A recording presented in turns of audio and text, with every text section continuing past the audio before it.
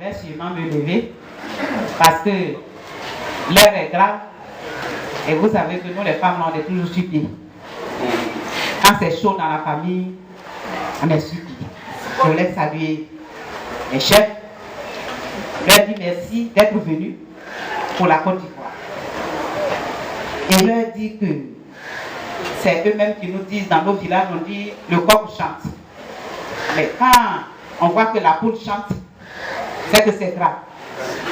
C'est que l'heure est grave. L'heure est grave en Côte d'Ivoire. Les partis politiques dont on parle, c'est nous tous, hein.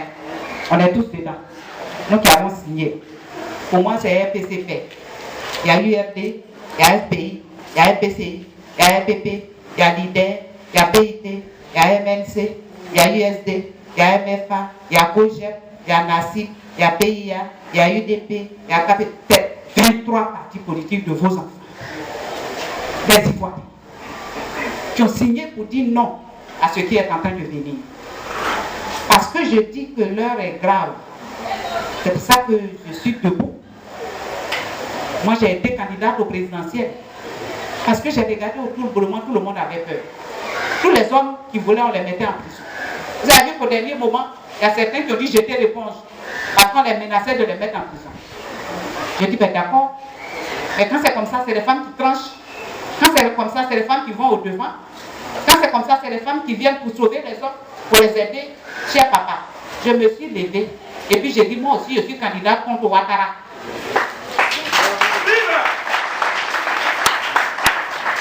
Et il dit qu'il a gagné. Tout le monde sait ici que les Ivoiriens ne sont pas sortis pour voter. C'est la même chose qui va se passer. On va se fâcher. On va dire qu'on ne sort pas pour voter. 3 personnes vont aller voter et puis on va dire oui, la constitution s'est passée. Mais si ça passe, c'est grave pour nous. Le temps qu'on se rende compte, ils ont changé le nom de la Côte d'Ivoire. Très bien. Oui, ils sont en train de vouloir changer le nom de la Côte d'Ivoire.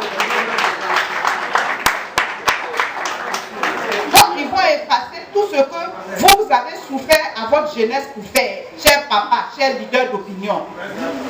Ils vont effacer la constitution là. Il va effacer l'ancien là. C'est comme une maison. Toi, tu es père de famille, tu construis la maison. Et puis maintenant, les enfants disent, bon, papa n'est plus. On n'a qu'à casser un côté ou bien on n'a qu'à tout casser, on va construire une autre maison. Pour faire ça, il faut que les enfants s'entendent. Il faut que les enfants soient unis pour construire une maison plus grande. Mais les enfants ne sont pas unis. Tu as mis tout le monde en prison. Tout le monde en exil. Tous nos enfants sont en exil. Moi-même, j'étais en exil, je suis revenu. Certains sont encore, des milliers sont encore là-bas. Il faut faire venir, si vraiment la Côte d'Ivoire, tu aimes la Côte d'Ivoire, que tu es ivoirien, et que tu aimes vraiment la Côte d'Ivoire, et que la Côte d'Ivoire c'est la terre de tes ancêtres, mais ceux qui sont en exil sont tes frères et sœurs, tu les fais revenir d'abord. Tous ceux qui sont en prison d'abord, parce que ce sont tes frères. Lui-même il dit, bah ouais mon frère. Lida, c'est nos frères. Et ils sont nombreux.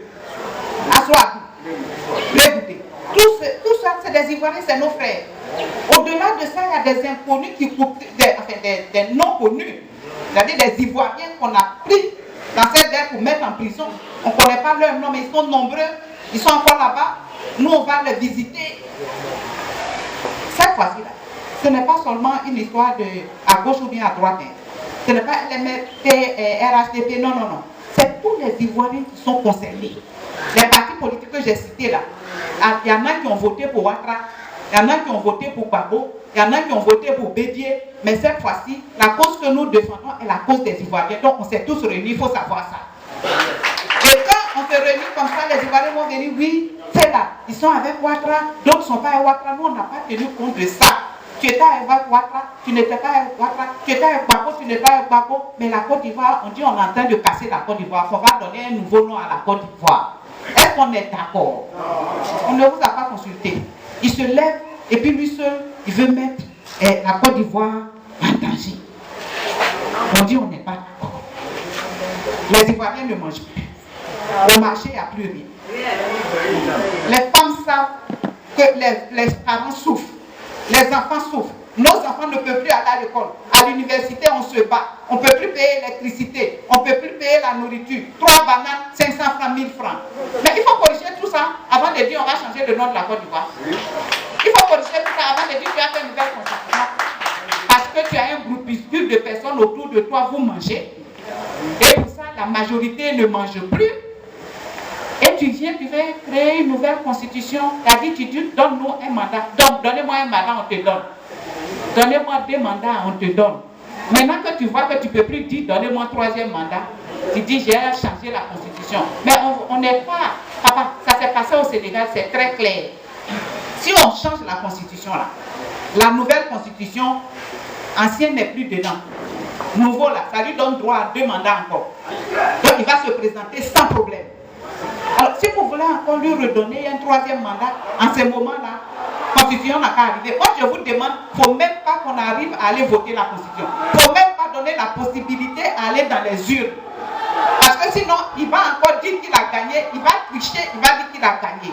Il ne faut pas qu'on arrive à... Il faut qu'on lui barre la route. Nos frères burkinabés nous ont montré comment on doit faire.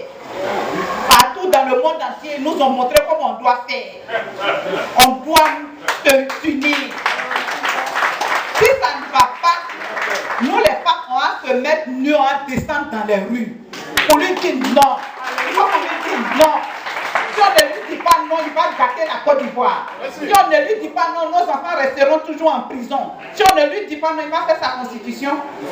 Il va mettre un second, il va nommer son vice-président. Comme l'a dit tout à l'heure le président.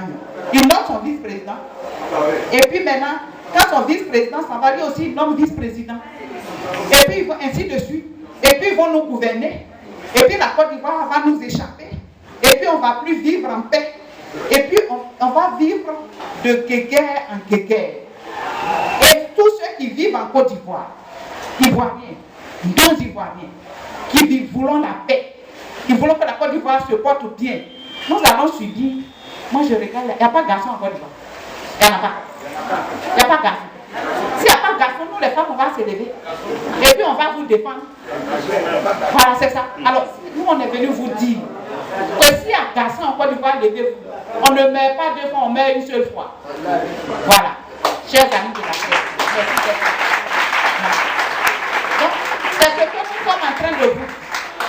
Nous allons passer de quartier en quartier pour dire cette nouvelle, pour dire que la Côte d'Ivoire est en danger, pour dire allez-y analyser. Dès que vous arrivez chez vous, il faut transmettre le message. Parce qu'à des moments, on va être obligé de faire des actions d'ensemble, des actions d'union, pour qu'ils sachent qu'en Côte d'Ivoire aussi, il y a des hommes. Pour qu'ils sachent qu'il n'est pas le seul à décider. Pour qu'ils sachent qu'il peut construire les goudrons. Mais c'est avec la faim qu'on va marcher dans les goudrons, qu'on est fatigué de se taire. Que maintenant, il faut que les langues se délient. Les chefs, il faut que vous parliez. Parce qu'après, il va vous dire, il vous a dit, que vous dites que vous êtes d'accord. Après, il va dire que oui, on a dit à la jeunesse, on dit que la jeunesse est d'accord. On sait que personne n'est d'accord. Mais cette fois-ci, là, on n'a qu'à vomir ce qu'on a dans le ventre. Je vous dis merci. Que Dieu nous bénisse.